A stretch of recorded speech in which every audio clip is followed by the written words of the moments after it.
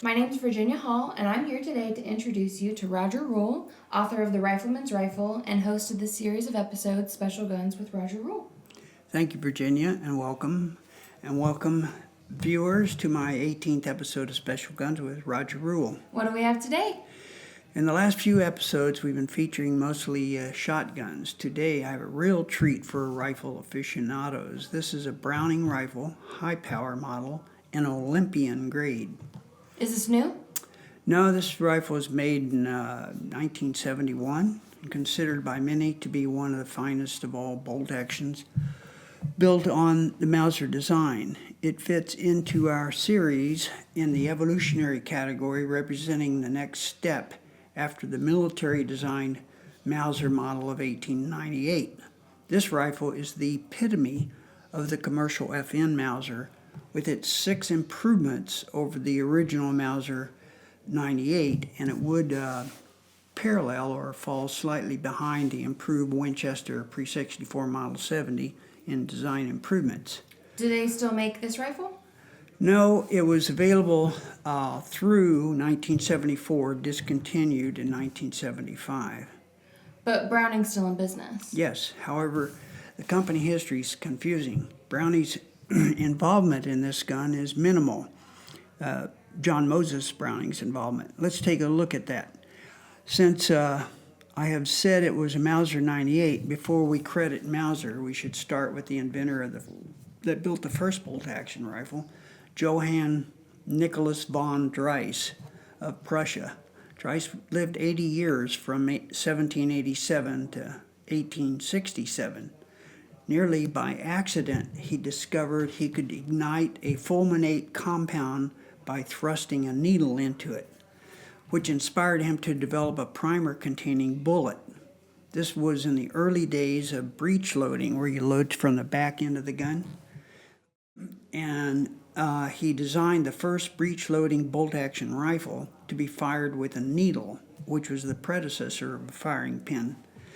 Even though it was a single-shot rifle, the rapidity of fire afforded with it using pre-made cartridges and breech loading allowed the Prussian army to adopt it as their military rifle in 1848. A military rifle. That was just a single shot? Still a single shot? Yes, but we were still using single shots on this side of the ocean, and ours were worse. We were using muzzle loaders where you had to load them from this end. Oh no. Theirs were more advanced in that they were breech loaders and much faster to load. Then after Dreis's bolt-action design, a German famous to most gun enthusiasts named Peter Paul Mauser and his brother Wilhelm together picked up the design from Dreis and continued to improve the bolt-action rifle for the Russian military. Peter Paul Mauser was born in 1838 in the village of Oberndorf, the youngest of 13 children. Wilhelm was next oldest and 4 years his senior. The two became partners opening a gun business. Peter was the inventor and Wilhelm was the businessman. Their single shot model of 1871 was an improved Dreis bolt action, and it was submitted to the Ordnance Department with a few changes. It became the official Germany infantry rifle that replaced the Dreis rifle. Wilhelm, however, died in 1882. It was 7 years later that Peter Paul redesigned the model of 1889, and that model was adopted by the Belgian Army and manufactured by Fabrique Nationale des Armes de Guerre, which we know as FN, in Liege, Belgium. It's a huge weapons manufacturer still in existence today.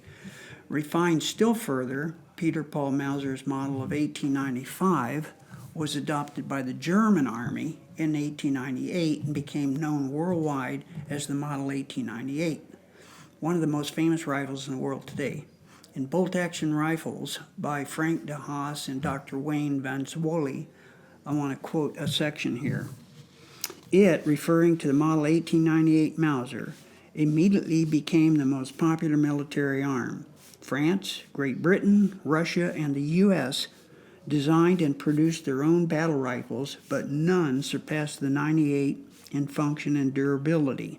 Many other countries either imported it or obtained license to build it, close quote.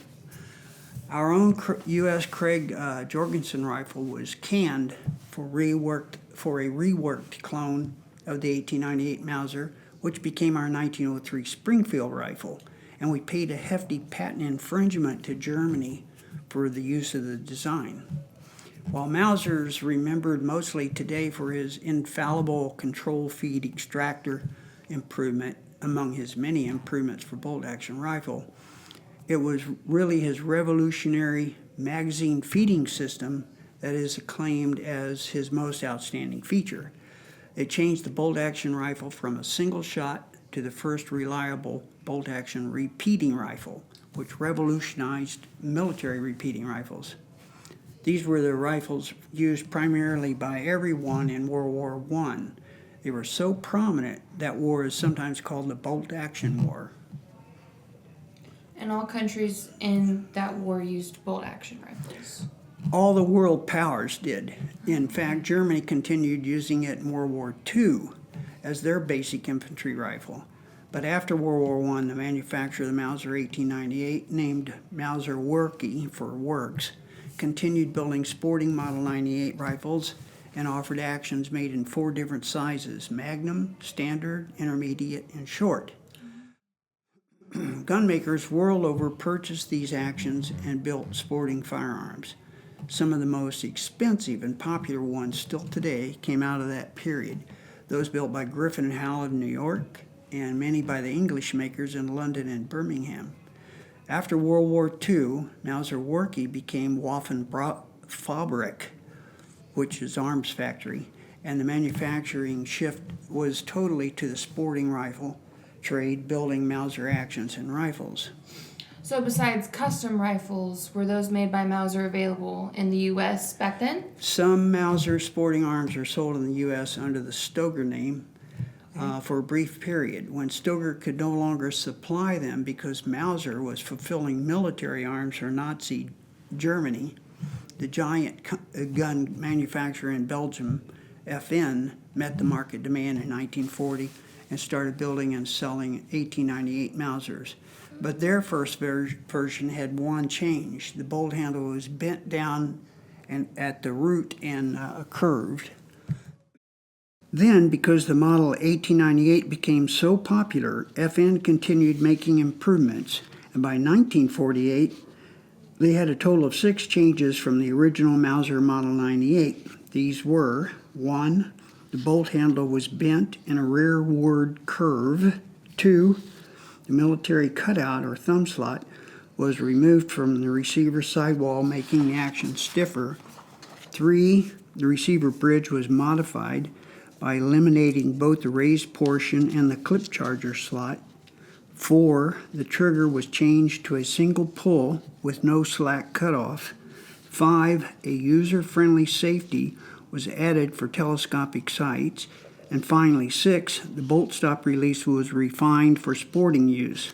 This final improved version has today become known as the commercial FN Mauser, as opposed to the Mauser Model 98. At the time, manufacturers everywhere were quick to use this action to compete with the Winchester Model 70.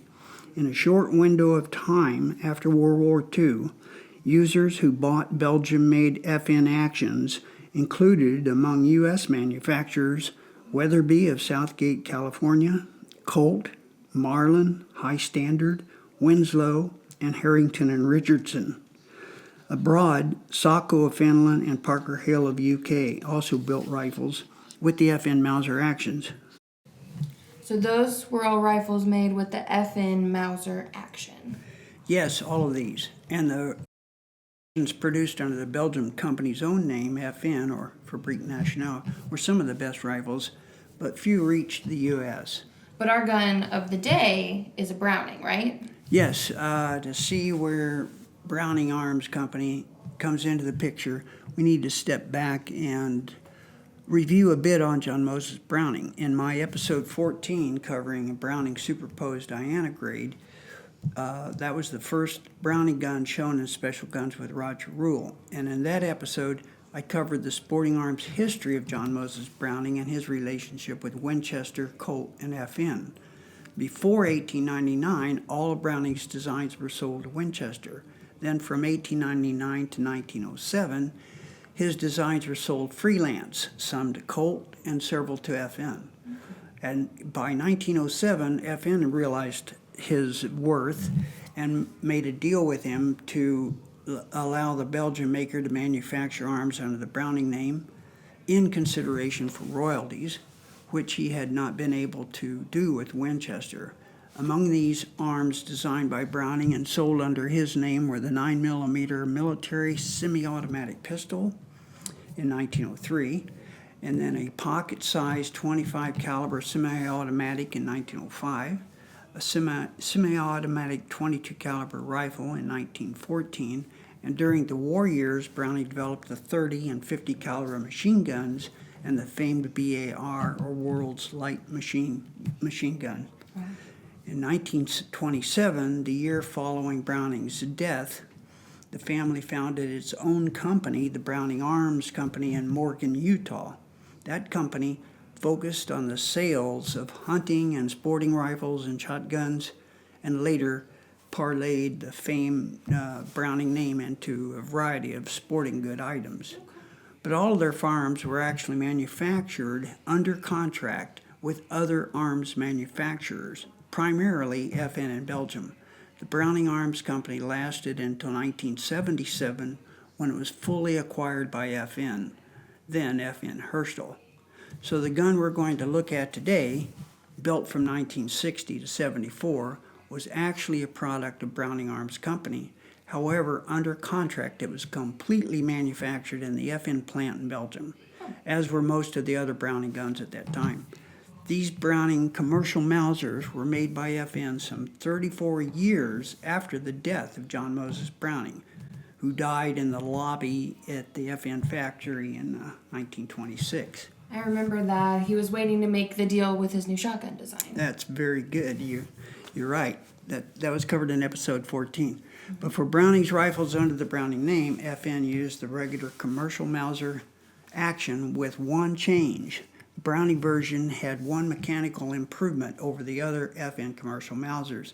It was designed with a flush bolt stop, eliminating the protruding bolt stop housing.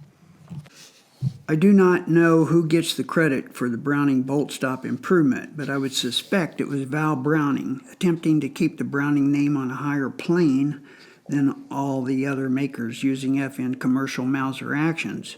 To add to that concept of being a better class of rifle, it was introduced in 3 grades, 2 of which included much of the metal engraver's art and stock carving. The model was known as the High Power. The 3 grades were Safari, the basic version, Medallion, an upgrade with light engraving and carving, and Olympian, the top-of-the-line version with serious engraving and stock carving. The latter 2 were built in the custom shop in Herstal, Belgium. For the action, FN used their standard large ring FN Mauser action for most calibers and their small ring FN Mauser action for intermediate calibers, albeit both with the bolt stop improvement. Shortly after the rifle's introduction, the small ring FN Mauser actions were phased out and replaced with Socko intermediate actions per Browning Arms Company's specifications. When Browning Arms sold the company to FN Herstal in 1977, the giant manufacturer continued to use the Browning name and went on to purchase Winchester Repeating Arms Company in 1987. This parent company today has changed ownership again and is now Group Herstal SA, but it still owns Browning Arms Company and Winchester Repeating Arms. So they own Winchester? Yes, the branch of Winchester that remained in Connecticut when the ammunition division, along with the Japanese-made firearms, moved to Japan. But we're not dealing with them today. The rifle I have here today is a beautiful example of the highest grade of a Browning model high power in the Olympian grade. You said this one is in 270 Winchester. Yes, it is. I think I mentioned in other episodes that this caliber is my favorite for most medium to big game in North America. I used to even work up hand loads to find the best load that matched my Winchester Model 70 rifle when I was younger. And with young eyes and the right equipment, I was well known in my circle of friends for being a good shot, if I do say so myself, and I do. My best 270 hunt, my most prolific 270 hunt, occurred when I was about 35 years old. I had and still have a good friend, Bill, that I taught school with for 3 years in Kansas City. We were both fans of the Winchester Model 70. Sometime after I enlisted in the Army, he moved back to his home state of Wyoming and became a high school principal about the same time I remained in California and started my building company, but we stayed in touch. He and his wife visited my wife and I several times over the next few years, and we would show them key places in California. Knowing I was a hunter, he would tell me he always put my name in for an out-of-state tag to hunt their prolific population of pronghorn in Wyoming. Then finally one day, he called and said my name was drawn for a non-resident tag. When I arrived in Casper, he explained we had a group of 9 hunters with 9 permits. Okay. The other 8, like him, had held resident tags. Since I had never done this before, he revealed that we would be hunting Wyoming rules, quote unquote, and explained that we would go out in groups with walkie-talkies, this was before the cell phones, and report to the group for every antelope shot. Okay. When all the tags were filled, the hunt was over, and this way one hunter could shoot more than one animal. Okay. Although I didn't think that, sounded very fair, as some hunter then would not get a pronghorn, Bill assured me that since they were all residents, each one of them had shot their fair share of antelopes over the years. I was the only one who hadn't. He said those rules were primarily allowed everyone to keep hunting through the entire hunt until 9 animals were taken. Wyoming rules. In other words, if you didn't do it that way and you shot your one animal, you'd have to go home, right? So you're out of the hunt. Gotcha. This way we all stayed in it. The hunt began on a fall Saturday morning, and there were 4 of us in my group, 3 riding in a truck and a teenager in the bed.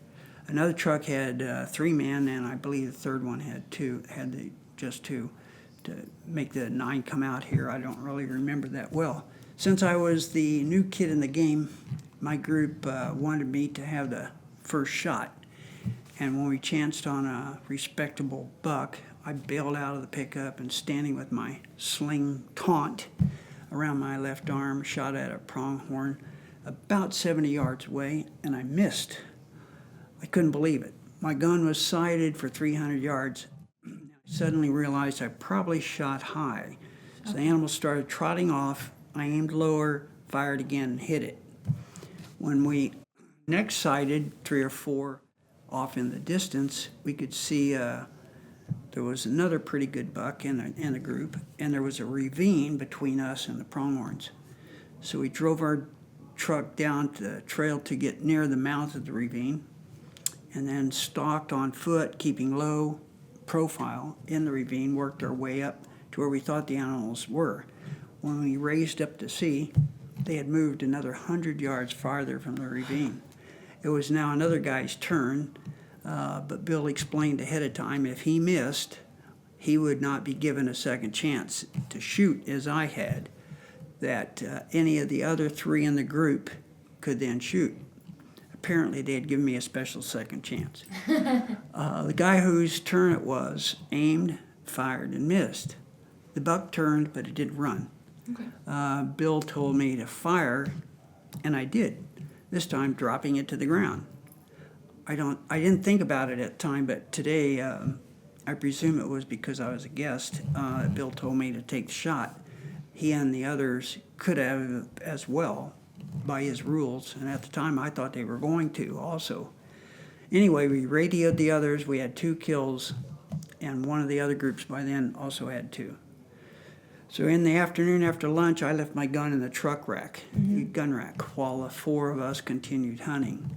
Bill told me to take it down, but I said I already got 2, so I wasn't leaving it in the rack. When we came to a high plateau, we glassed the plain, and we could see several antelopes off in the distance.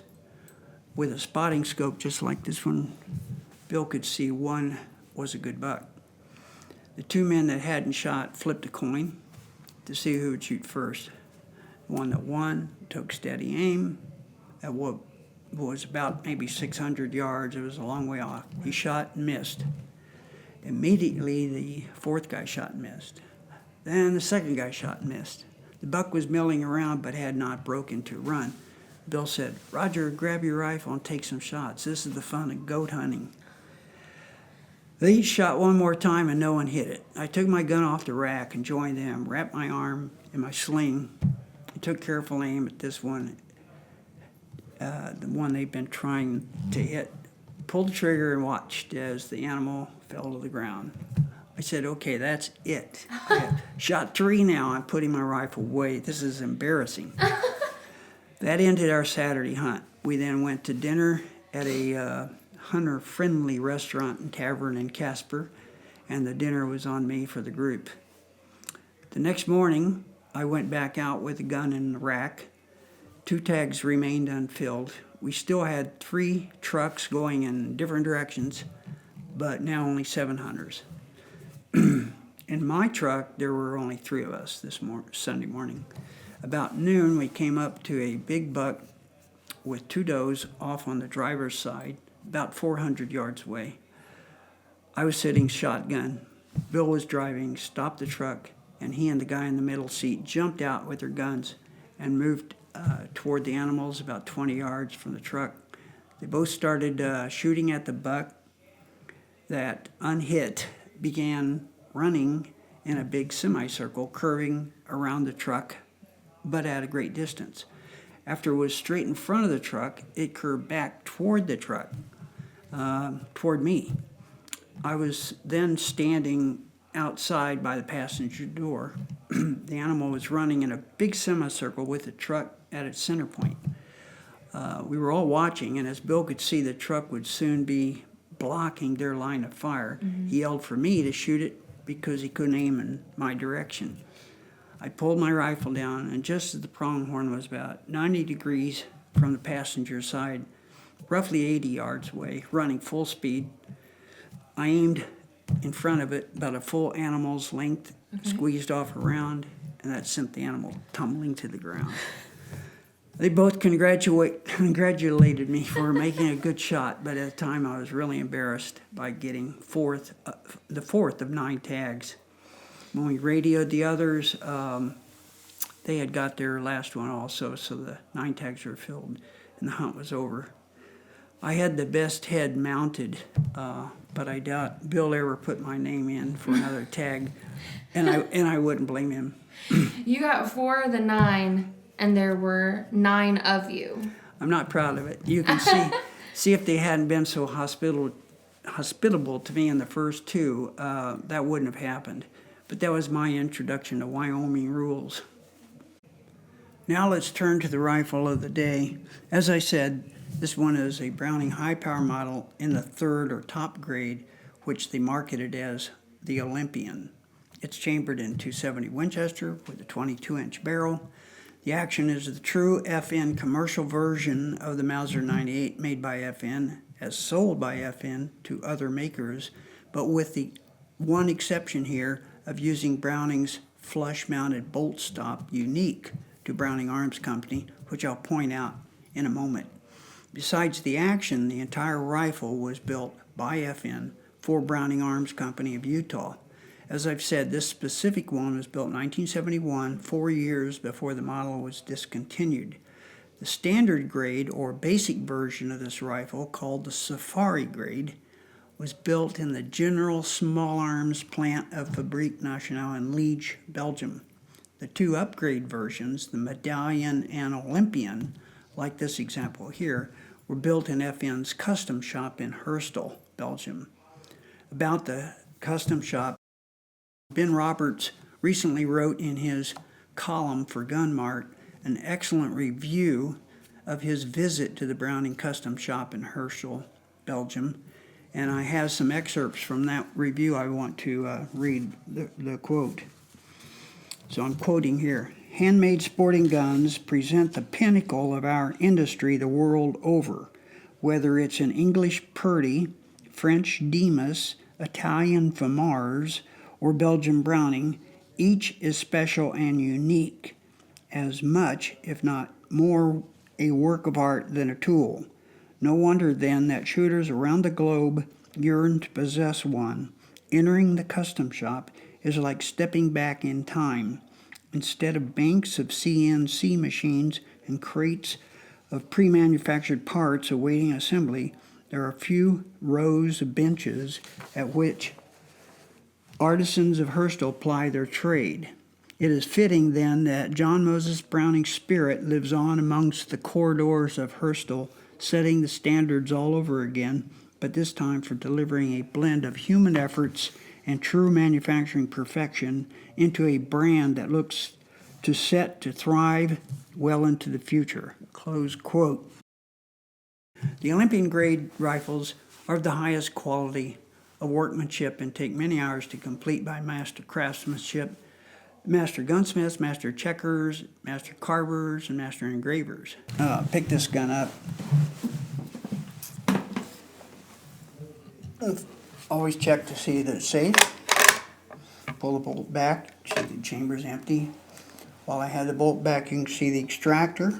It's a long extractor, being a true Mauser 98 design. So it is controlled round feed action like Winchester Pre-64. Being Effen's commercial version, however, for those of you who know the true Mauser 1898 as designed for the military, this one has the 6 commercial changes I mentioned already. No thumb slot, no clip charger, you can't see that for the scope base here. Better trigger, curved bolt handle, scope-friendly safety, and an improved bolt stop, except that Browning has the flush-mounted stop, which yet is another improvement. Now, the way that works, on a conventional Mauser, you have to pull the bolt stop out at the front. On Browning's design, you just press the button in at the back, and it releases the bolt. Other than the proprietary bolt stop, this action looks identical to FN's commercial actions, used by the long list of makers, as was mentioned earlier. In addition to FN, another manufacturer is Asteva of the now defunct Yugoslavia, copied the FN commercial action and marketed it under the name Mark 10. That action was used by many users in both the custom rifle trade and those companies wanting to get into the rifle market with a controlled feed system at a cost less than those built by FN. However, guns with the Browning name stand taller in all those except possibly some custom makers and some English makers. But the Olympian Grade is hard to beat. It's a beautiful rifle. Definitely eye candy, and here's why. The action is satin chrome finished, and the bolts highly polished stainless steel.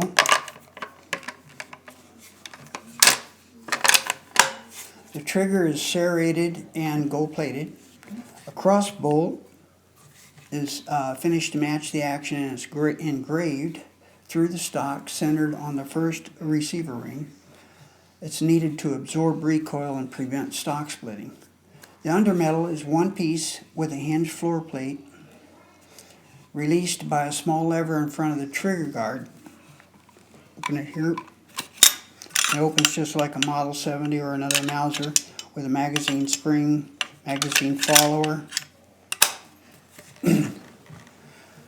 Back to the finish, the receiver, floor plate, trigger guard, and guard screws are satin finished, silver satin, and fully engraved with game scenes and the likenesses of game animals. The safety is the standard FN commercial two-step safety operated with the right-handed shooter's thumb on the right rear of the receiver. Its long extractor is finished with a jeweled treatment. But the real eye appeal comes from the engraving, just incredible on the Olympian. The receiver, floor plate, trigger guard, and guard screws are tastefully hand-engraved in beautiful scroll details, embellished with inlaid big game scenes, which are appropriate for the caliber. On the receiver, there's an elk and pronghorn engraving signed by Gina Cargnell. On the satin chrome floor plate is an engraving of an 8-point stag, if you use Western count, and on the trigger guard is a grizzly bear engraving initialed by GV for Vander Meissen. For inscriptions, the barrel is marked Browning Arms Company, Morgan, Utah, and Montreal, PQ. PQ stands for Providence, Quebec, in Canada. This inscription is on the left side, as is, made in Belgium, followed by its proof mark. On the right side, it's marked with the serial number and the caliber designation 270 WCF for Winchester centerfire. The eye appeal continues with the stock. This is not a classic comb. It has a Monte Carlo comb intended to be used with telescopic sights, which had become commonplace by 1971. The comb is nicely fluted. Wood-to-metal fit is superb, showing the rifle is best quality. It features a high grade of figured French walnut with contrasting colors and is meticulously hand-checkered with intricate 32 lines per inch patterns surrounded by hand-carved scrolled borders. The forearm has a full wraparound pattern, and the pistol grip is generously covered with two panels that nearly come together over the wrist. The wood checkering and carving were masterfully done in Herschel's custom shop.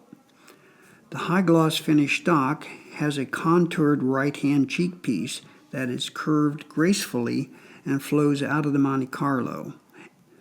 The pistol grip curve is tight, not open, and the pistol grip cap is actually flared out, almost likened to a knob. The left side wall of the stock is stepped down for access to the flush-mounted bolt stop, but on the right side of the stock there are 3 carved notches corresponding to the functions of the action, one for the slide safety, one for the bolt handle, and a third one for access to the magazine well. The stock is adorned with rosewood grip cap and a rosewood forearm tip. Both are separated from the walnut with fine white spacers made of Hollywood. It's fitted with 2 blue sling eyes for standard sling swivels. The rear one is located 4 1/4 inches from the toe. The forward one is located 4 inches from the nose of the tip. And it has the forward one has a black escutcheon to protect the stock from being marred by the movement of the swivel. The butt plate is Browning's standard Bakelite plate, curved to fit the stock and embossed with the Browning name. The face of the grip cap is fitted with a 10-karat gold diamond-shaped medallion. The length of pull is 13 3/4 inches, which is a 1/4 inch longer than the Winchester Pre-64 Model 70. The weight with the scope is 8 pounds, 10 ounces, and there are no sights, but it was factory drilled and tapped for scope mounts.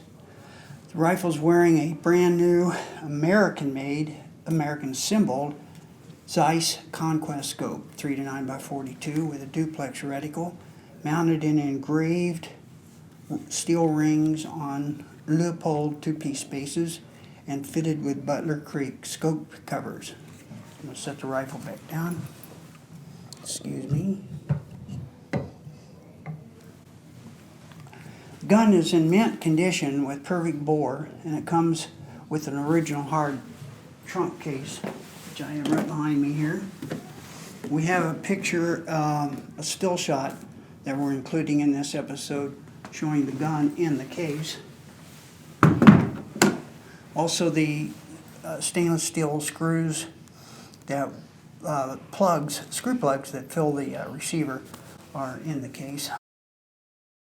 But the rifle's not just eye candy. We have a clip here showing me taking it to the range and sighting it in for 200 yards. Let me show the target on that. You'll see that also in the clip, but here's the target. I shot this that same day, and you can see I stopped after 2 rounds because the 2 shots were enough verification. This is my Browning Olympian rifle in .270. I brought it out to the 200-yard range. It's been sighted in at the 50 and the 100-yard range. We just want to do a test and verify where it's printing at exactly 200 yards. So I'll be shooting 2 or 3 rounds.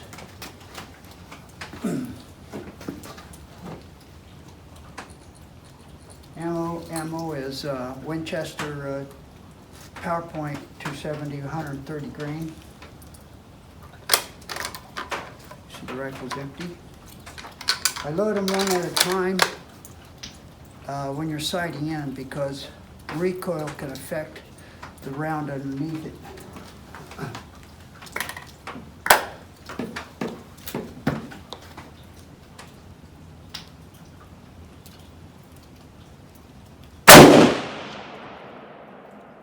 .270 again with the eyes.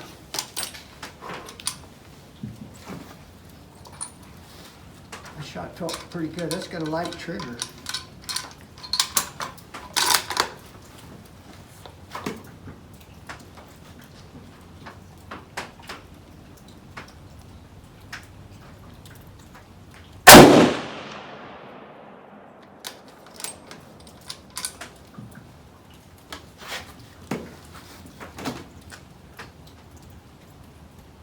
Yeah, I don't need to shoot a 3rd one.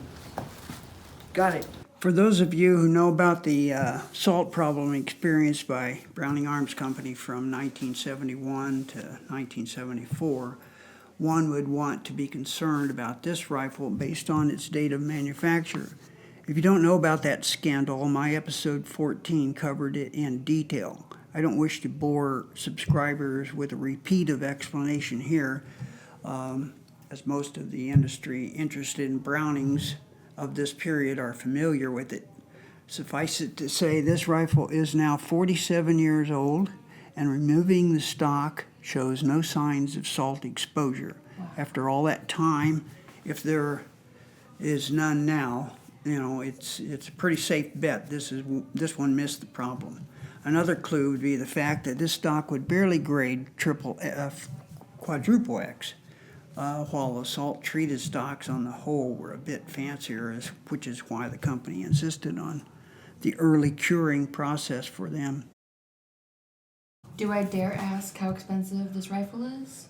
It now relies on its value as a collector's piece since it's been discontinued.